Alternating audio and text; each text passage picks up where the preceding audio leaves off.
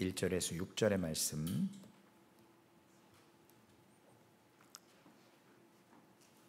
이사야 12장 1절에서 6절의 말씀 우리 함께 말씀을 보시겠습니다. 구약성경 982페이지에 있는 이사야 12장 1절에서 6절의 말씀입니다. 우리 함께 합독하시겠습니다.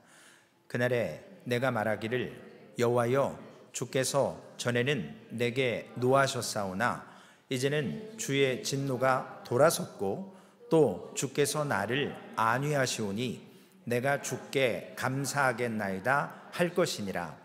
보라, 하나님은 나의 구원이시라. 내가 신뢰하고 두려움이 없으리니 주 여호와는 나의 힘이시며 나의 노래시며 나의 구원이심이라. 그러므로 너희가 기쁨으로 구원의 우물들에서 물을 기르리로다. 그날에 너희가 또 말하기를 여호와께 감사하라. 그의 이름을 부르며 그의 행하심을 만국 중에 선포하며 그의 이름이 높다 하라. 여호와를 찬송할 것은 극히 아름다운 일을 하셨음이니 이를 온 땅에 알게 할지어다. 시온의 주민아 소리 높여 부르라. 이스라엘의 거룩하신 이가 너희 중에서 크심이니라 할 것이니라. 아멘. 출애굽한 이스라엘 백성들은 사실 가나안 땅에까지의 거리가 불과 직선으로 빠르면 일주일, 보통 걸음으로 한 열흘, 소풍 가듯이 우리가 출애굽만 하면 가나안 땅 들어갈 것이다 40년까지 걸리리라고는 모세도 어느 누구도 생각을 못했을 겁니다. 쉽지 않은 길인데 돌이켜보니까 엄청난 여정의 길을 이스라엘 백성들이 걸어왔습니다. 그리고 그들은 왜 우리를 일로 끌고 왔냐고 모세에게 늘 불평했고 하나님을 원망했습니다. 물이 없었고 먹을 곳이 없었고 쉴 곳이 마땅히 어떤 우리가 얘기하는 텐트나 이런 것들이 쉽게 있지 않았습니다. 그렇기 때문에 그들은 매번 목말라서 마라라고 하는 그 물을 찾았을 때 기뻐했지만 오히려 꼭 무슨 엉뚱한 거 보이듯이 환상이 보이듯이 딱 갔는데 먹을 수 없는 물이니까 얼마나 분통이 터지겠어요. 그런 절망의 상황들 속에서 이스라엘은 사실 출애굽한 세대는 최고의 반전과 기쁨을 맛봤을 거라는 거죠. 물이 없어서 다 거반 죽게 됐는데 반석을 깨서 하나님은 하나님의 기적과 능력으로 생수를 마시게 합니다. 제가 얼마 전에 어떤 크리스찬 분이 이렇게 영상을 하나 올려놓은 걸 봤더니 진짜 바위에서요 물이 뚫고 올라와서 이렇게 흐르더라고요. 그렇게 큰 바위는 아니에요. 그래서 이게 예전에 출애굽 세대에 하나님께서 기적과 같이 물을 먹이셨던 그 모습과 같은 현상들이 현대에도 일어난다라고 해서 이렇게 올려놓은 영상을 한번 봤습니다. 가장 아닐 것 같은 절망의 순간에 하나님은 구원의 역사와 구원의 노래를 출애굽한 이스라엘 백성들의 입을 통해서 영광을 받으셨습니다. 오늘 그래서 설교의 제목이 구원의 노래입니다. 당시 이스라엘 백성들의 상황은 늘 말씀드리지만 북이스라엘 망했고요, 남유다도 예루살렘이 포위돼서 이제 거의 후 불면 끝날 처지였습니다. 톡 건드리면 무너져 내릴 것 같은 그러한 절망적인 상황인데 오늘 이사야는 12장에서 구원을 노래해요. 상황은 실제는 엄중한 시절이거든요. 응급 상황이에요. 그런데 그 상황에서 이사야는 하나님의 구원을 찬양하는 노래를 선포하고 있습니다. 왜냐하면 이것이야말로 하나님의 구원의 시작이라는 것을 알리는 거예요. 몸에 힘을 빼야 잠이 잘 온대요. 해군인가 무슨 1분 만에 자는 그 기술이 있는데 이 목에 힘을 빼라고 그러더라고요. 몸에 우리가 경직이 된대요. 이렇게 누워 있으면. 오늘 밤에 집에 가서 불면증 있으신 분들은 몸에 힘을 싹 빼세요. 이 목에 있는 힘을 특히 빼세요. 그러면 딥슬립 하실 수 있어요. 그걸 한 며칠 훈련을 하면 눕자마자 자게 된다고 그러더라고요. 저야 원래 그런 훈련 없이도 그냥 누우면 자요. 힘을 저는 안 빼도 자요. 근데 혹시 불면증이 있으신 분들, 하나님 앞에 우리가 인간적인 힘을 내려놔야 하나님이 일하시거든요. 가장 극적인 상황, 끝났다, 우리 아무것도 할 수 없다 할 때 하나님이 일하십니다. 오늘 그것이 하나님의 구원의 서막을 알리는 것이고, 오늘 이사야는 그 이야기를 하고 있습니다. 그런데 상황은 어떻죠? 이사야가 얘기하는 것은 지금 죽냐 사냐 이게 문제가 아니고 하나님의 계획 가운데 구원하심의 어느 단계냐, 이것이 중요한 거예요. 그래서 우리가 망한다, 살 수 있다, 이러한 것은 우리 생각이고 하나님은 한순간에 역전하시는 하나님이시기 때문에 구원의 노래를 오늘 부를 수밖에 없는 겁니다. 오늘 이사야가 예언하는 이 상황 속에서 아수르 군대, 당시의 최고의 전투력을 갖고 가장 잔인한 아수르가 예루살렘을 에워쌌고, 예루살렘 멸망 직전에 이러한 유다가 바람 앞에 꺼져가는 촛불과 같은 상황에 이사야는 구원의 노래를 이야기합니다. 안 믿죠? 상황은 죽을 것 같은데요.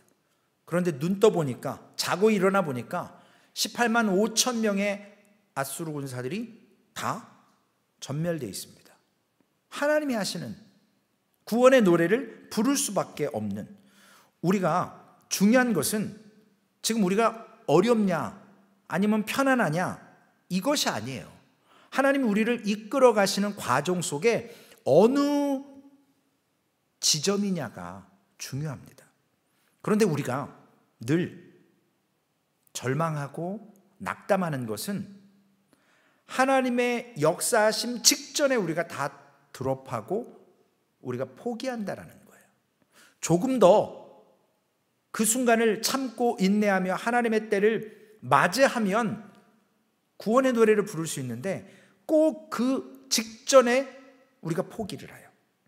오늘 1절 말씀에 보면, 그날에 내가 말하기를 여호와여 주께서 전에는 내게 노하셨사오나 이제는 주의 진노가 돌아섰고 또 주께서 나를 안위하시오니 내가 주께 감사하겠나이다 할 것이니라.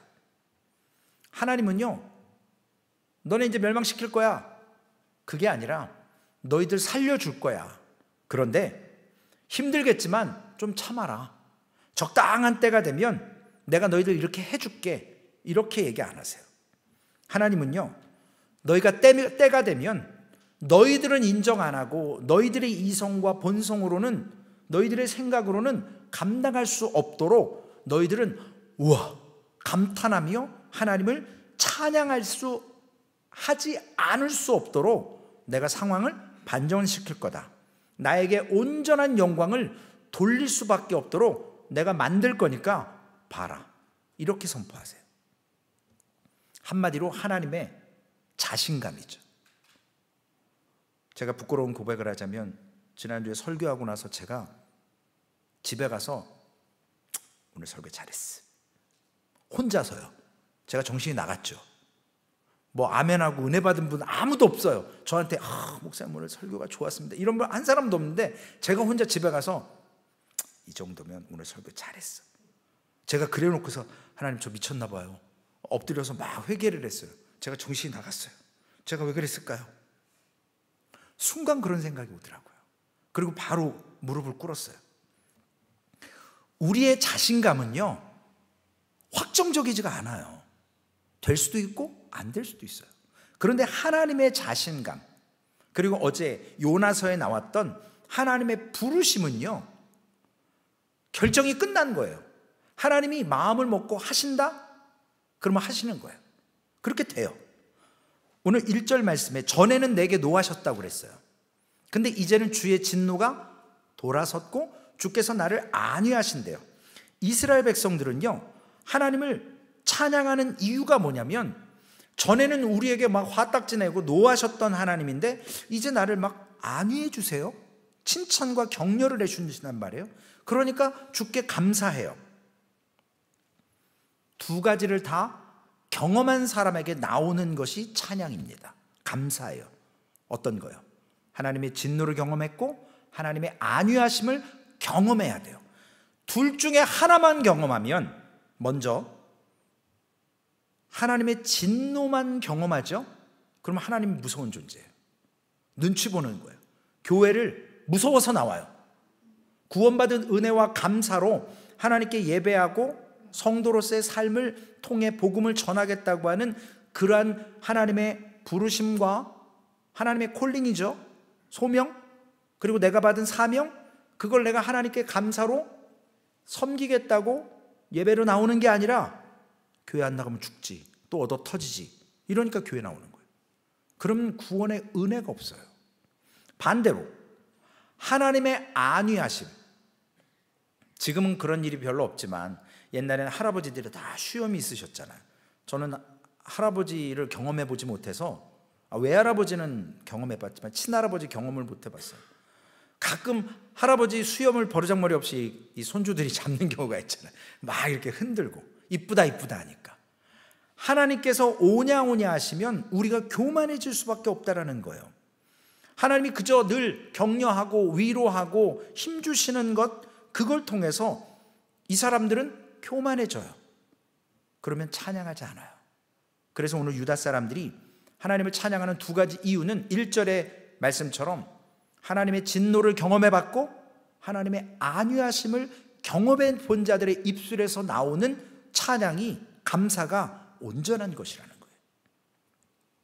우리가 고난과 시련이 찾아오는 이유, 제가 지금도 모르는 분인데요, 막 집에서 방에서 6개월을 밖을 못 나와서 너무 답답하고 정말 자살을 하고 싶고 어떻게 안 돼가지고 막 이 교회 저 교회 막 전화하는 것 같아요.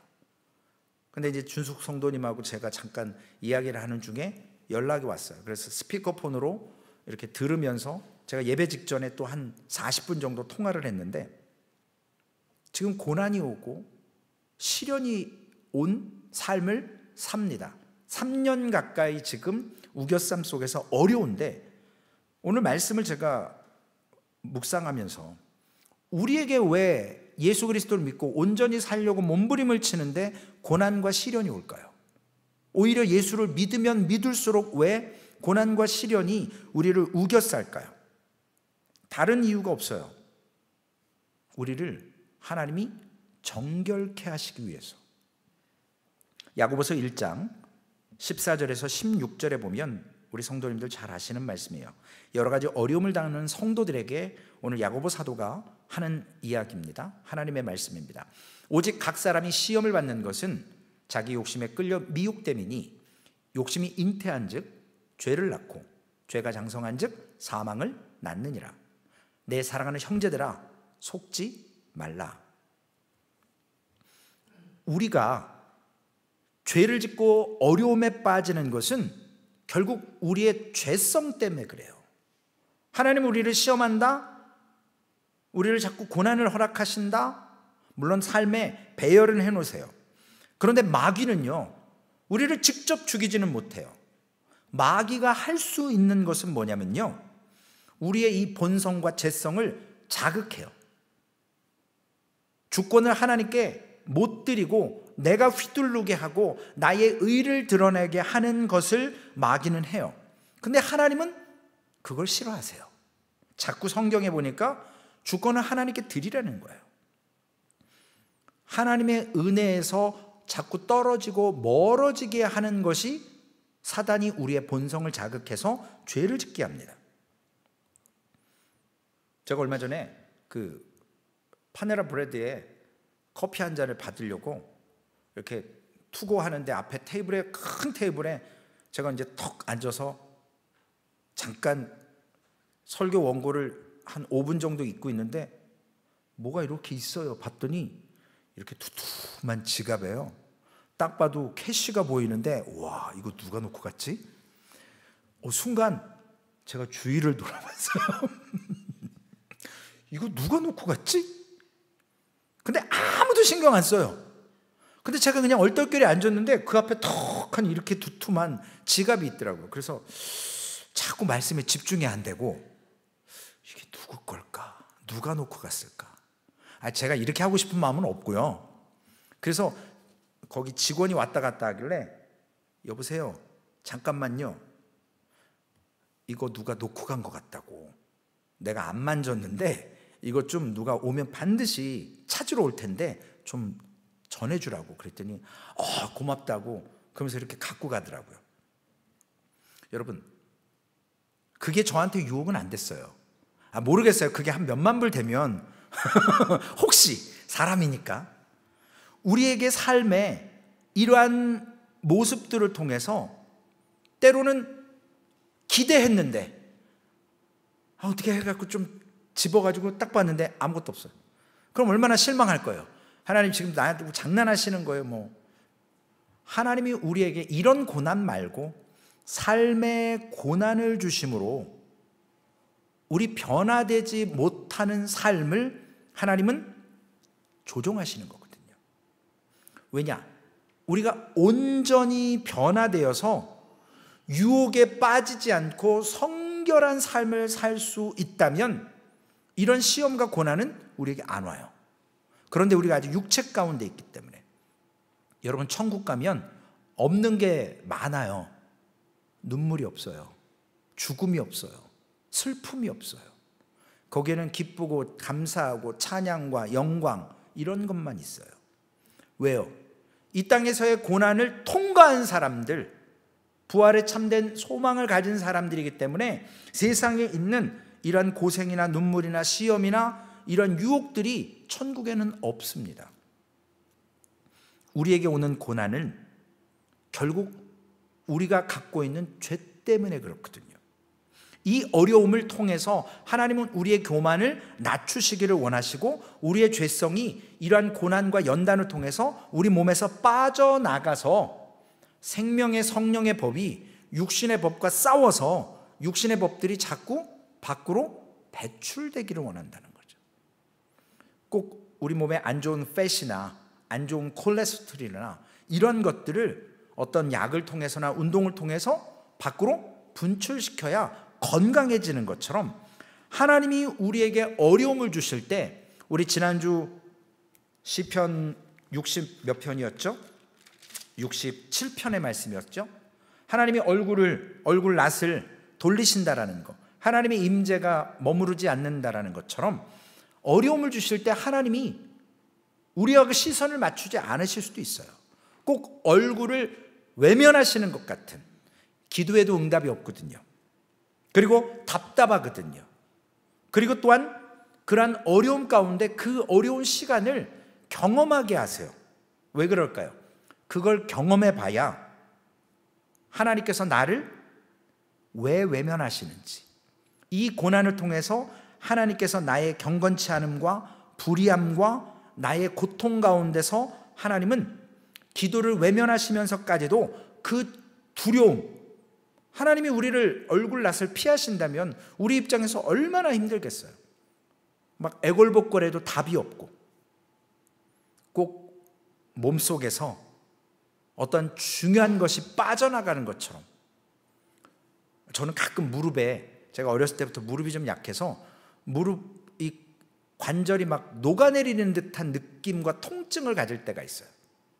제가 어렸을 때 어떤 루마티스 관절염 비슷하게 높은 데서 막 계속 이렇게 뛰어내리던 습관이 있어가지고 침도 맞고 막 그랬던 기억이 있거든요. 그래서 지금도 무릎에서 앉았다 이러면 우두두두둑 소리가 막 나요. 지금도 이렇게 제가 몸을 움직이면 뼛소리가 막 나요. 우리가 죄를 빼내는 고난의 작업이 뭐냐면 꼭 참기름 짜듯이, 제가 예전에 방앗간 가서 본 적이 있어요. 참기름 그렇게 병에다가 받아내는데 깨를 쫙 부어놓고요, 기계 속에서 뜨겁게 좁은 공간에다가 압축을 해버리더라고요. 그러니까 거기서 진액이 나와서 그 참기름, 기름인데 하도 가짜가 많으니까 앞에 참자가 붙어요. 참기름. 우리의 죄를 하나님이 고난과 연단으로 그렇게 빼내시기를 원하신다라는 겁니다. 우리를 꼼짝 못하게 해놓고 그 우리의 안에 있는 불순물들을 하나님은 고난과 어려움의 시간을 통해서 눌러서 용신할 수 없도록 만들어서 우리의 교만을 짜내버리시기를 원하시기 때문에 하나님이 때로는 고난과 어려움 가운데 우리의 삶을 허락하십니다. 하나님을 모르는 사람들은 이러한 걸 겪어봐야 감동 감화가 없습니다. 그런데 하나님을 경험한 사람들은, 즉 기독교의 능력, 교회의 능력, 성도의 능력은 아까 말씀드렸던 하나님의 진노와 하나님의 안위하심, 이 두 가지 중에 하나가 빠져버리면 기독교의 능력이 없는 거예요. 교회의 능력이 없는 거예요. 성도의 능력이 없어요. 소금인데 맛을 못 내요. 그러면 교회로서, 성도로서, 기독교로서의 그 이름값을 못하게 되는 겁니다. 그래서 두 가지 중에 하나를 늘 버릴 때 이러한 문제가 나타나고, 결국 이건 언제 일어나느냐는 거죠. 나중심일 때 일어납니다. 나중심일 때.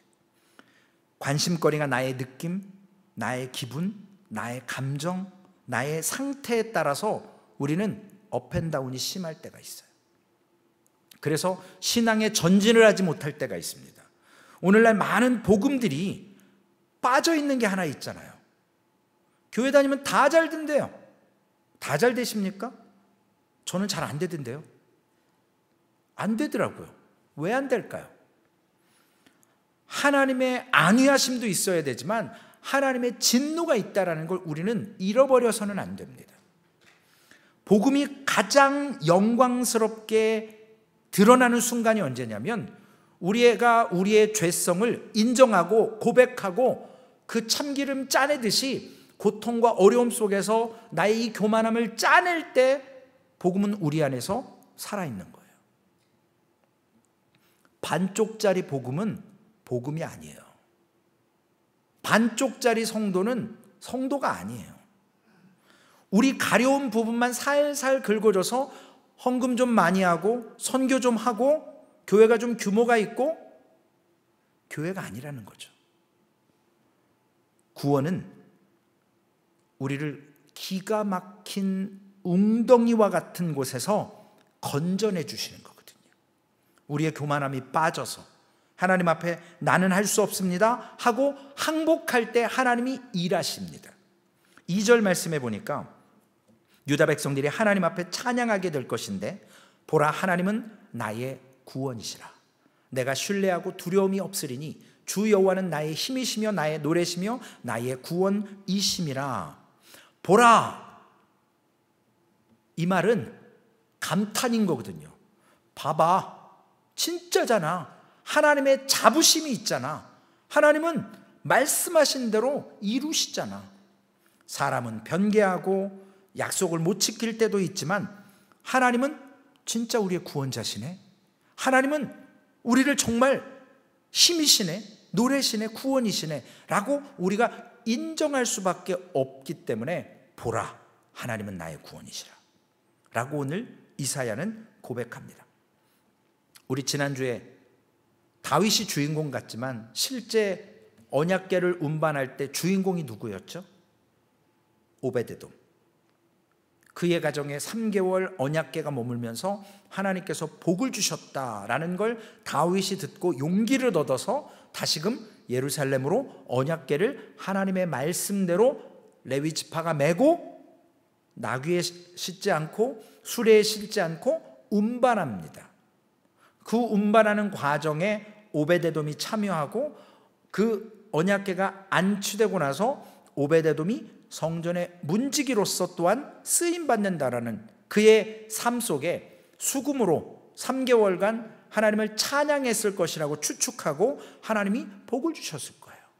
그가 하나님을 찬양했기 때문에. 오늘 이 세상의 모든 사람들은요,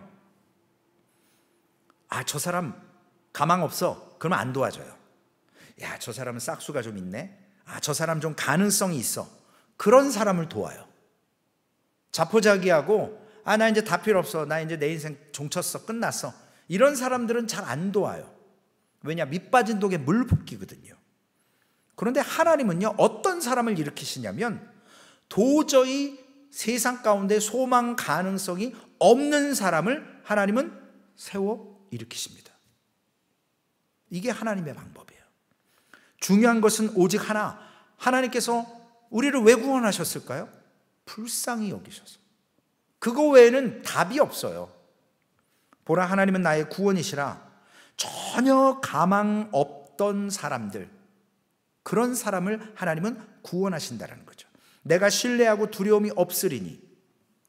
하나님을 아까 진노나 안위를 경험한 사람들은 이제는 하나님을 신뢰하기 때문에 고난도 내게 유익인 거예요. 은혜 주시려고 고난 주시나 보다. 그리고 그 고난을 인내하면 환난은 인내를, 인내는 연단을, 연단은 소망을 이루는 줄 알미라 그랬잖아요. 그 소망은요, 눈에 보이는 소망이 아니거든요. 보이지 않는, 하나님이 정말 우리에게 주시고자 하는 것을 받아 누리는 자가 두려움이 없는 거예요. 사람들은 무언가 준비하기를 좋아하잖아요.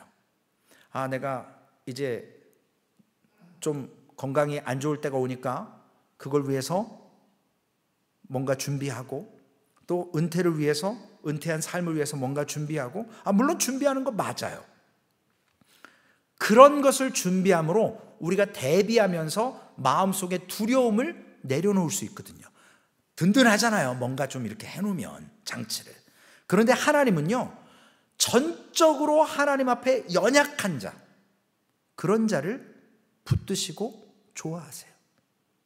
하나님만 공급자라고 인정하는 자. 그래서 내가 연약할 때 오히려 강함이라 라고 했던 사도 바울의 고백처럼 오늘 하나님은 이러한 우리가 의지할 만한 세상적인 것들, 내가 세상의 두려움을 피하기 위해서 쌓아놨던 세상적인 방법들을 하나님은 내려놔야만 우리가 진짜 부족함이 없고, 정말 내가 하나님만 나의 끈이다, 나의 공급자다라고 하는 것을 믿어 의심치 않는 삶. 그래서 주 여호와는 나의 힘이며 나의 노래시며 나의 구원이심이라 라고 이사야가 그러한 급박한 상황 가운데서 하나님을 유다가 찬양해야 된다라고 이야기하고 있습니다. 오늘 우리 자신을 알면 알수록 하나님이 왜 나를 구원하셨을까요? 다른 거 없어요. 불쌍히 여겨주신 거예요. 전적으로 하나님의 은혜입니다. 그렇기 때문에 우리는 그것을 감사함으로 기뻐하며 찬양해야 되는데, 하나님을 찬양한다, 구원받은 감격이 믿음으로 점점 깊어질수록 우리는 하나님의 말씀을 이해하게 되고, 또한 신앙이 깊어질수록 더 큰 기쁨과 경이로움을 경험할 수 있어요. 우리가 하나님의 능력을 체험하는 것은 세상 가운데 지금 체험하고 있지 않습니까? 천지 창조하신 만물을 통해서. 그런데 이러한 대자연의 모습을 통해서도 우리가 많이 놀라고 깨닫고 경험하고 체험하게 하시는데, 하나님이 나를 구원하신 것이 가장 큰 기적이라는 사실. 오늘 우리 안에 구원의 기쁨이 있죠. 이 세상의 고생은 이제 몸 밖으로 내보내고 우리 몸 안에는 기쁨이 충만해야 지금 겪는 고난의 문제들을 이겨낼 수 있습니다. 주 여호와는 나의 힘이시라, 즉 하나님이 공급하시는 것. 오늘 3절 말씀에 보니까 우물들이라는 말을 썼어요. 그러므로 너희가 기쁨으로 구원의 우물들에서 물을 기르리로다.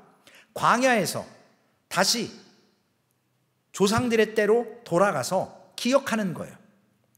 물 없어서 그 출애굽과 민수기에 여러 번 모세를 대적하며 왜 물 없는 이 광야에 우리 끌고 와서 이렇게 죽이려고 했느냐라고 항의했던 그 모습들, 지금으로 보면 자살행위인 거예요. 집단 자살. 그러나 하나님을 몰랐기 때문에, 하나님은 아무런 대안 없었던 하나님이 아니시고 하나님의 계획과 목적과 하나님의 전능하심이 있기 때문에 하나님의 역사하심을 통해서 그 광야에서 40년간 이스라엘 백성들은 공급을 받습니다. 왜냐? 하나님은 신실하시고 하나님은 한결같으시거든요. 오늘 이스라엘 백성들은 가장 절망한 순간에 가장 위대한 것을 경험했어요. 제가 앞으로 소망교회에서 그런 일을 물론 겪겠죠. 가장 목회가 어렵다고 하나님 앞에 무릎을 꿇을 때 소망교회가, 부족한 제가 하나님의 큰 구원의 은혜를 경험할 거라는 거예요. 그걸 알면 눈에 보이는 어려움은 감당할 수 있는 거거든요. 왜냐? 하나님이 반드시 이루실 거거든요. 하나님이 교회를 그렇게, 성도를 그렇게 세워가실 거예요. 하나님이 응답이 없는 시간, 그 시간을 우리가 견디기가 어렵습니다. 우리의 한계가 끝나는 시간에 하나님이 응답하시면 좋은데 우리 한계가 끝났어요. 이제 못 기다려요. 포기해요. 그리고도 시간이 지나서 진짜 다 포기하고 끝났다라고 모든 걸 내려놓고 자포자기할 때 하나님은 응답하시고 역사하시는 것을 보게 됩니다. 우리에게 약간만 시간을 좀 땡겨주시면, 죽기 직전에, 불평하기 직전에 그때마다 좀 공급하시면 얼마나 좋아요. 성경에 이 모먼트, 이 타임이 너무 리얼하게 기록된 곳이 한 군데 있습니다. 회당장 야이로가 자신의 딸이 죽어갈 때 예수님께 찾아가서, 회당장이면요 그 당시에 꽤 괜찮은 사람이에요. 근데 체면, 염치 다 내려놓고 내 사랑하는 딸 살리겠다고 예수님한테 가서 간구합니다. 주님, 내 딸이 죽어갑니다. 오셔서 내 딸을 좀 주님의 능력으로 살려주십시오. 그리고 집으로 빨리 모셔왔으면 딸이 살았을 거 아니에요. 근데 중간에 누가 끼어들어요? 새치기 하는 사람이 있어요. 커린라인하는 사람이 있다고요. 누구예요? 혈유병 앓는 여인. 예수님의 옷자락을 잡아버리잖아요. 그러니까 예수님이 본인의 몸에서 권능이 나가서 누가 내 몸에 손댔냐? 제자들이 아유 우리 주님 또 이상한 소리 하시네. 이 많은 군중이 앞에서 뒤에서 미는데 누가 옷자락에 손댔는지 그것 아유 지나다가 부딪힐 수도 있는 거지 뭘 그걸 주님 그러십니까? 아니다. 분명히 권능이 나갔다라는 거예요. 그래서 돌아보면서 누구냐? 혈유병 앓는 여인이 자신의 그 블리딩 했던 게 멈춘 걸 깨닫고 주님께 자복하고 시인하고 인정합니다. 그때 딸이 죽었어요. 인간적으로 생각해 보세요. 누가 먼저예요? 야이로가 예수님을 초청한 거 아니에요. 그리고 지금 가는 여정에 혈유병 앓는 여인이 새치기 했어요. 결국 내 딸이 죽었어요. 얼마나 화가 나겠어요. 그 여인 때문에 놓쳤잖아요. 그 여인은 살았지만 해결됐지만 내 딸은요. 그런데 하나님께서는 예수 그리스도를 통해서 예수 그리스도가 또한 혈유병 앓는 여인을 통해서 회복하게 하고 또한 그 상황도 회복될 수 없을 것 같은 그 죽음도 우리는 조급하지만 하나님은 더 시간을 예수 그리스도를 통해서 지체하시고 결국 믿음이 우리가 바닥나 버리고 가스가 다 소진돼 버리고 이제는 엔진이 멈출 것 같고 멈춰버렸어도 울고불고 자학하고 하나님을 우리가 원망하는 그 타이밍에 하나님은 일하신다라는 거예요. 우리가 너무나도 연약한 지체들입니다. 우리의 문제는요, 조금 늦으면 내 뜻대로 안 되면 끝나버리면 감정이 드러나게 돼 있어요. 기회를 놓치면 우물쭈물해서 놓쳐버렸을 때. 그러나 하나님은 우리를 다루시기 위해서 지체하십니다. 제가 왜 기도 응답이 이렇게 안 될까? 하나님 답답합니다. 아니 구하고 찾고 두드리라면서요. 근데 왜 응답 안 하십니까? 그런데 다 돌아놓고 보면 하나님이 내가 기도한 것보다 더 크게 응답하셨고 그 지체함을 통해서 나의 불평과 불만은 있었지만 하나님은 완전히 포기하고 하나님께 맡겼을 때, 억지 춘향이에요. 사실 맡기려고 맡긴 게 아니죠. 다른 방법이 없으니까 그냥 하나님께 일임해 드리는 것 뿐이죠. 그때 하나님은 우리에게 택하라는 거예요. 네가 의지하고 네가 믿는 것을 택할 거냐. 비록 지체가 되고 비록 응답이 더뎌도 하나님께서 반드시 그분이 성취하고 이루실 것을 믿는다면 이쪽을 택할 것이냐. 어려울 때 찬송하는 것이 올바른 신앙입니다. 어려울 때, 기쁘고 즐거울 때 세상 사람들 유행가 다 불러요. 모든 것이 내 생각대로가 아니라 정반대로 진행되어도 하나님을 찬양하고 예배하며 노래할 수 있기를 하나님은 원하세요. 왜냐? 하나님은 하실 수 있거든요. 가장 절망적인 순간에 하나님은 가장 위대하고 크신 일을 베풀어 주십니다. 오늘 본문 4절과 6절의 말씀에 보면 그날에 너희가 또 말하기를 여호와께 감사하라. 그의 이름을 부르며 그의 행하심을 만국 중에 선포하며 그의 이름이 높다 하라. 여호와를 찬송하는 것은 극히 아름다운 일을 하셨음이니 이를 온 땅에 알게 할지어다. 시온의 주민아 소리 높여 부르라. 이스라엘의 거룩하신 이가 너희 중에서 크심이니라 할 것이니라. 원래 이스라엘 백성들은요, 구원이라는 자체를 아주 작은 것으로 여겼어요. 즉 하나님께서 이스라엘 백성들만 사랑하고 이스라엘 백성들만 택하고 이스라엘 백성들에게 복 주고 이스라엘 백성들만 잘되게 하는 것으로 편협하게 우리의 하나님으로만 생각했어요. 그러나 만군의 하나님이시거든요. 이스라엘의 이 교만 때문에, 그들의 타락 때문에 오히려 구원이 이스라엘 백성들은 작다고 여겼지만 그들의 교만과 불순종과 타락 때문에 하나님의 구원이 얼마나 위대하시고 온 인류를 위한 것인 것을 유대인들이 보게 됐습니다. 결론의 말씀입니다. 어찌 여자의 몸에서 거룩하신 하나님의 죄 없는 아들이 태어날 수 있고 어떻게 인간으로 성장해서 그분이 십자가에 죽는다고 해서 온 인류의 죄를 사할 수 있을까? 우리가 어제 요나서를, 소선지서를 공부했었는데 어떻게 물고기 뱃속에 3일 동안 살 수 있었을까? 그리고 또 어떻게 육지에다 또 물고기가 토할 수 있을까? 우리는 인간적인 지혜와 생각으로 기준으로 그런 것들을 알고자 원해요. 그러나 하나님은요, 그러한 세상적인 파다와 파도를 잠잠하게 하고 물고기가 삼키고 살게 하고 이런 것들에 중요한 것이 아니라 왜 살리셨냐는 거예요. 왜 보내시느냐는 거예요. 그래서 결국 믿음은요, 우리 자신을 믿는 것이 아니고 상황은 아니어도 그럼에도 불구하고, 사랑은 상황은 아닌데 하나님, 내 솔직한 얘기로 내가 믿음이 없어서 그렇지만 내 이성으로는 이거 이해 안 갑니다. 안 믿어집니다. 그러나 주님, 내가 믿음이 없어서 그렇지 하나님은 하실 수 있는 분이라고 저를 믿게 해 주옵소서. 혈우병을 앓던 여인이 그 예수님의 옷자락을 만졌을 때 믿음이 없어서 만졌겠습니까? 하다 세상의 모든 것 안 되고 그저 주님의 옷자락이라도 만지면 내가 나을 것이라는 그 자그마한 소망이 있고 조심스럽게 만졌을 때 본인도 깨달았고 예수님도 그 능력이 나감을 깨닫고, 오늘 연약함 가운데 하나님은 분명히 인자하심, 신실하심을 우리가 하나님을 붙들기를 원하십니다.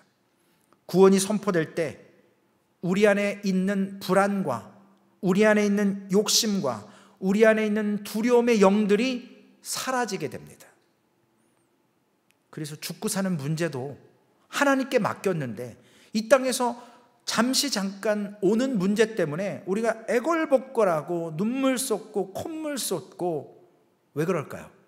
우리의 불평과 우리의 연약함과 우리의 죄악된 교만함들을 짜서 분출시키기 위해서 하나님은 오늘 하나님은 나의 힘이시라, 하나님은 나의 구원이시라 라고 노래할 수 있도록, 상황은 아니에요. 지금 이 이사야가 선포하는 당시의 상황은 아니지만 그럼에도 불구하고 하나님을, 구원의 하나님을 찬양할 수밖에 없게 할 수 있도록, 찬양할 수밖에 없도록 만드시는 하나님이심을 우리는 오늘도 말씀을 봅니다.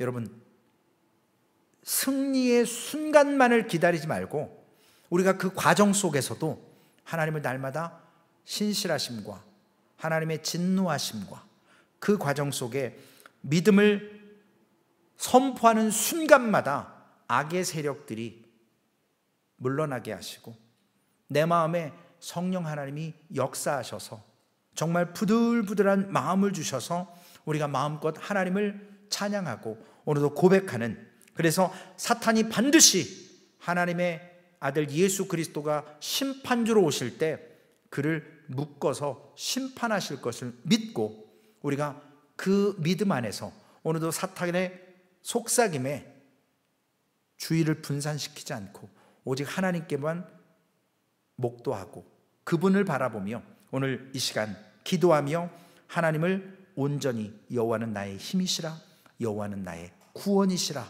라고 고백하는 우리 소망교회 성도님들 되시기를 주님의 이름으로 부탁을 드리겠습니다. 기도하시겠습니다. 살아계신 아버지 하나님, 우리 안에 우리는 인정하지 않지만 수많은 미신들이 있습니다. 나 자신이라고 하는 하나님보다 더 큰 우상이 있습니다.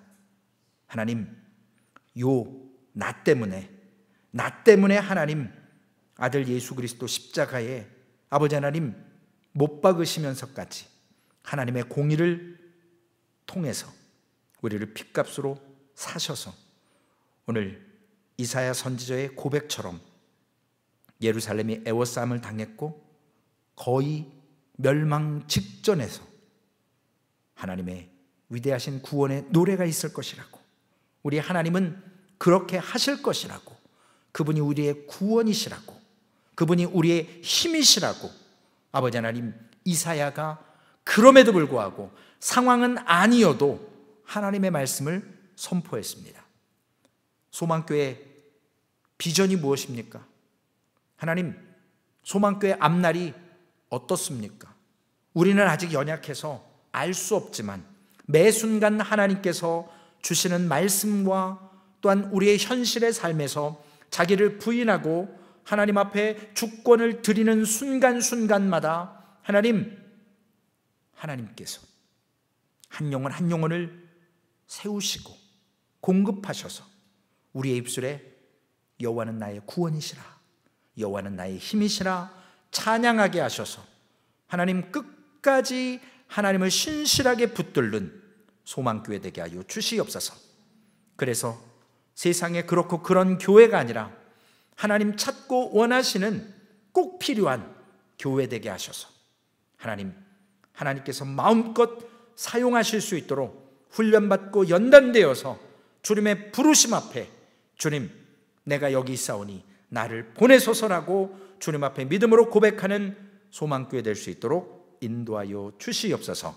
감사합니다. 예수님의 이름으로 기도 올리옵나이다. 아멘.